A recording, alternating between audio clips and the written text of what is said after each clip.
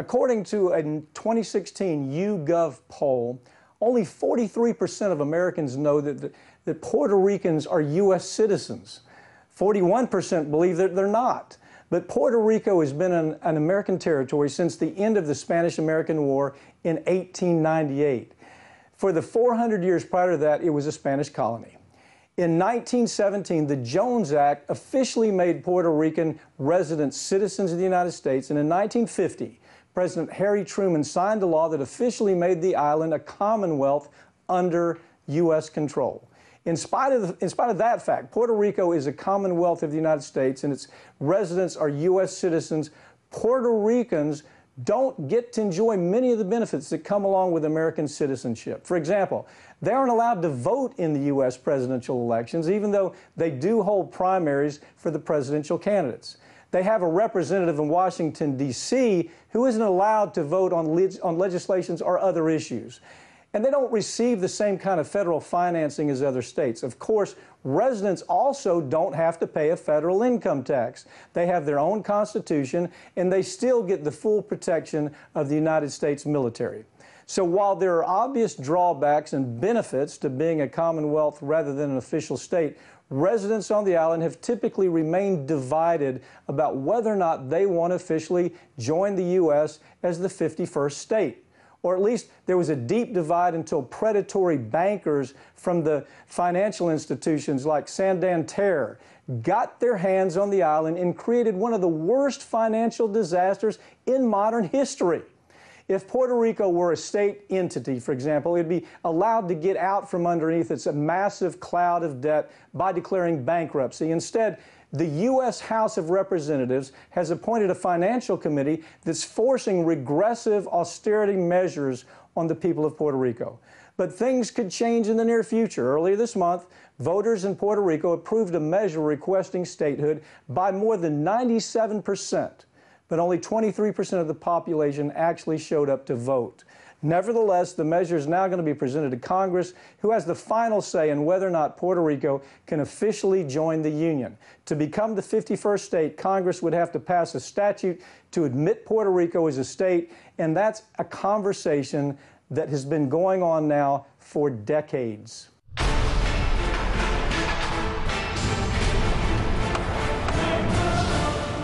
For more on this issue, let's go to attorney Peter Mouget, who's working with the government and citizens of Puerto Rico to hold Wall Street bankers accountable for their financial destruction of Puerto Rico. That's the only way you can describe it, is financial destruction. Peter, give us some more history on Puerto Rico. Why did the U.S. decide to make them a commonwealth rather than a state to begin with? Tell us a little bit about that history. Well, it's amazing whether you look at the Philippines, Guam, which all came as part of the solution to the Spanish-American War. The world shrunk dramatically over the last couple of decades. So back when this deal was cut in 1898, early 1900s, the world was huge. The Commonwealth, we couldn't have states that were so far away. So a lot of the reasoning, the principles behind having a Commonwealth or having territories, whether it be Guam, the Philippines, and especially here Puerto Rico, it was just they were so far away that making them a state seemed just unfathomable, just because of the sheer distance. Now the world shrunk. There's almost as many Puerto Ricans living in New York as there are in San Juan. So the world has become smaller, and the rationale for keeping Puerto Rico a commonwealth or a territory are days gone by, decades old, and the principles and policies are outdated. We should definitely take a fresh look at making Puerto Rico another state. Well, I got to tell you, the U.S., as you know, you followed this history a long time, has been the primary predator in Puerto Rico. I mean, when you really start understanding the history of how the U.S. has been such a predator, it's easier to really appreciate. But you've obviously spent a lot of time down in Puerto Rico. Can you tell us how the residents you've encountered feel about having their island actually become a U.S. state after this vote? What's your take? It's kind of a mixed bag. I think, yeah, they fall into three separate camps. One camp is to remain a commonwealth. Another camp is to become a state. and the others has just become their own territory. But one thing that's consistent amongst all three of those camps is the pride in Puerto Rico, the culture, the customs, the beautiful landscape, all the natural resources. But I think it depends on who you talk to. I think it depends how comfortable people are. But it's embarrassing what we've done, the colonialism kind of component to what we've done in Puerto Rico, and stripped the citizens of a lot of their rights, and we've taken away opportunities. I mean, you know, you go back to the Boston Tea Party. I mean, we fought a war over taxation without representation, and we taxed the Puerto Ricans heavily. Everybody always points to the fact that they don't pay. Puerto Ricans don't pay federal income tax, but we more than make up for that here on the mainland by how much we tax Puerto Ricans for their estate tax, which are hundreds of % higher and don't have the cap that we have in the States, that up to $5 or $6 million isn't taxed. Puerto Ricans don't have that luxury. We tax in estate taxes all the way down to the smallest amounts. So it's time to take a fresh look at this.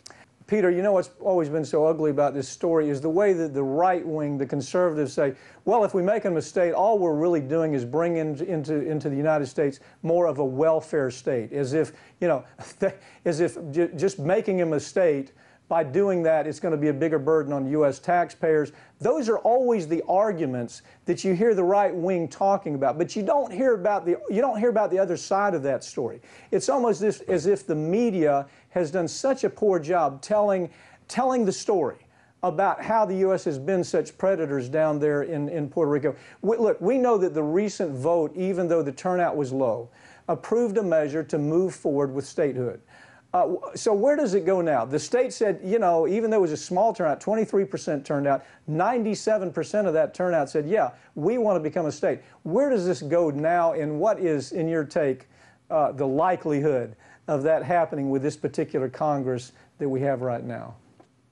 In order for Puerto Rico to become a state, there has to be a joint resolution from both Congress and the president. I think we both agree that the likelihood of that happening is small. But as far as kind of the right-wing side saying that this is another welfare state, the reason why Puerto Ricans are going through a lot of the economic mess is because of some of the policies that we've implemented there on the island. I mean, they don't get the type of the favorable financing for whether it be infrastructure or incentives. We yanked most of the incentives off the island in 2006, which had a devastating impact and opened the door for these Wall Street banks to come in and start pitching borrowing and debt raising through as a way out of this problem. We have helped create the mess with our policies, and it's time we fix them and give the Puerto Ricans the same type of access to our government and decision-making as the rest of the states have obviously had for hundreds of years. Peter, as I look at this history, it's almost as if in 2006 we opened the door to every Wall Street thug. I mean, there's no other way to describe these predators. They're Wall Street predators. They are thugs who have taken these people's pension programs, they've taken their life savings, and now they're complaining that, you know, that they didn't have anything to, they had nothing to do with the financial state of Puerto Rico. They had nothing to do with the potential of bankruptcy here. What is your take? How bad was the predatory system that was coming directly from the United States Wall Street when we let these criminals, these banking criminals, go down to Puerto Rico and do what they wanted to do? What's your take? Well, I tell you what, another example, we opened the door for allowing some of this to happen. The 1940 Act, which is the act that prohibits affiliated transactions within companies. So if you take Santander that you mentioned or some of the other broker-dealers on the island, it alleviates those Chinese walls. So it just put fertilizer down. It planted the fields for this type of conduct where these firms came in and recommended debt. Well, why did they recommend they issue so much debt? Because they made fees on the underwriting deals. They were underwriters. They were consultants for these deals. They put them in their own closed-end funds and they sold them to their own clients. That's illegal on the mainland, but it's not illegal in Puerto Rico. Why? because 1940, when the Investment Advisor Act was implemented, that seemed so far away and remote that we couldn't police them. So we've never updated those protection policies to protect investors, which opened the door for Wall Street to come in, issue bonds, $1.6 billion in fees, Pap, over the last several years before this thing blew up. Wall Street firms made on fees, syndicate, spreads, you name it. Absolutely unbelievable what we've allowed to go on down there. And now who's left holding the bag?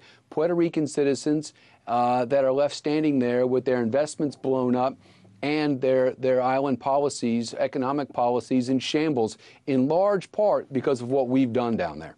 Yeah, and these cats in Armani suits and Rolex watches, nobody's going to go to prison over this. Nobody. But look, I got to ask you, would bankruptcy protection do anything to help the island's financial problems? I mean, are they so far gone at this point that they're, how do they return in part from the disaster of letting predatory Wall Street thugs go down there and do what they did? Can they recover?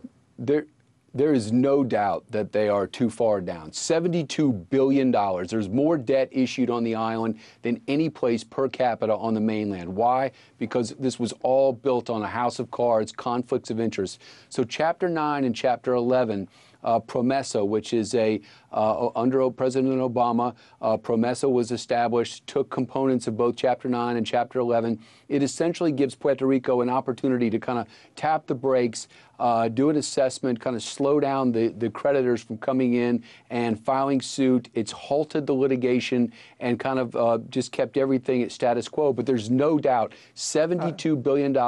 They can't tax their way out of this. All right. Peter, thanks for joining me, okay?